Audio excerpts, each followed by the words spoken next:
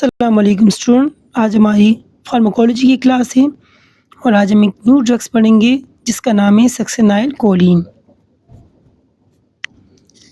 Mechanism of action की बात करें, the depolarising neuromuscular blocking drugs succinylcholine attach to the nicotinic receptor and act like acetylcholine. ये एक neuromuscular blocking drugs है जो कि निकोटिनिक रिसेप्टर के साथ अटैच हो जाते हैं और एज अ एसिटाइलकोलिन की तरह काम करता है।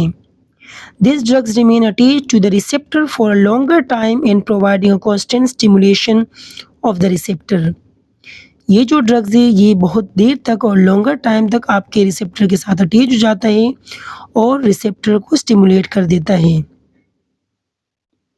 इसकी अगर हम एक्शन की बात करें तो succinylcholine initially produce short lasting twisting of the muscles followed with in a few minutes by paralysis. आपके मसल्स को पैरालाइज कर देगा, आपके मसल को ट्विस्ट कर देगा, खींच देगा, मसल क्रेम करवा देगा कुछ देर के लिए ही। The drug does not produce the ganglionic blocks except at high doses.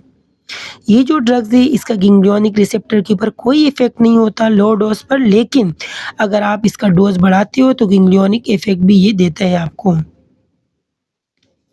इसकी थेरेप्यूटिक यूज की अगर हम बात करें तो because of its rapid onset and short duration of action, इसका रैपिड ऑनसेट है यानी तेज़ी के साथ काम करता है और ड्यूरेशन इसकी कम होती है एक्शन की, इसलिए succinylcholine is useful when rapid endotracheal intubation is required during the anaesthesia.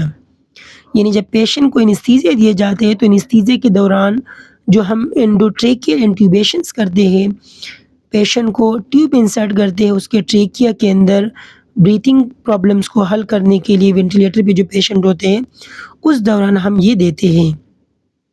For example if aspiration of gastric content is to be avoided during intubation, और ये हम इसलिए करते हैं ताकि जो गैस्ट्रिक कंटेंट है वो ट्यूब के अंदर ना जाए और वो आपके लंग्स तक ना जाए। इसकी फार्माकोकाइनेटिक्स की अगर बात करें, succinylcholine is injected intravenously, its duration of action is short, therefore usually given by continued infusion। हम इसको आईवी के थ्रू देते हैं, लेकिन क्योंकि इसका ड्यूरेशन बहुत कम होता है तो हम आईवी के थ्रू तो देते हैं लेकिन हम इन्फ्यूजन के मेथड से देते हैं, यानी ड्रिप के अंदर डाल के देते हैं ताकि बॉडी को ये कंटिन्यूसली मिलती रहे। अगर हम इसके एडवर्स इफेक्ट की बात करें तो सक्सेनाइल कोलिन की वजह से आपको हाइपरथर्मिया और हाइपोकैलेमिया हो सकता है।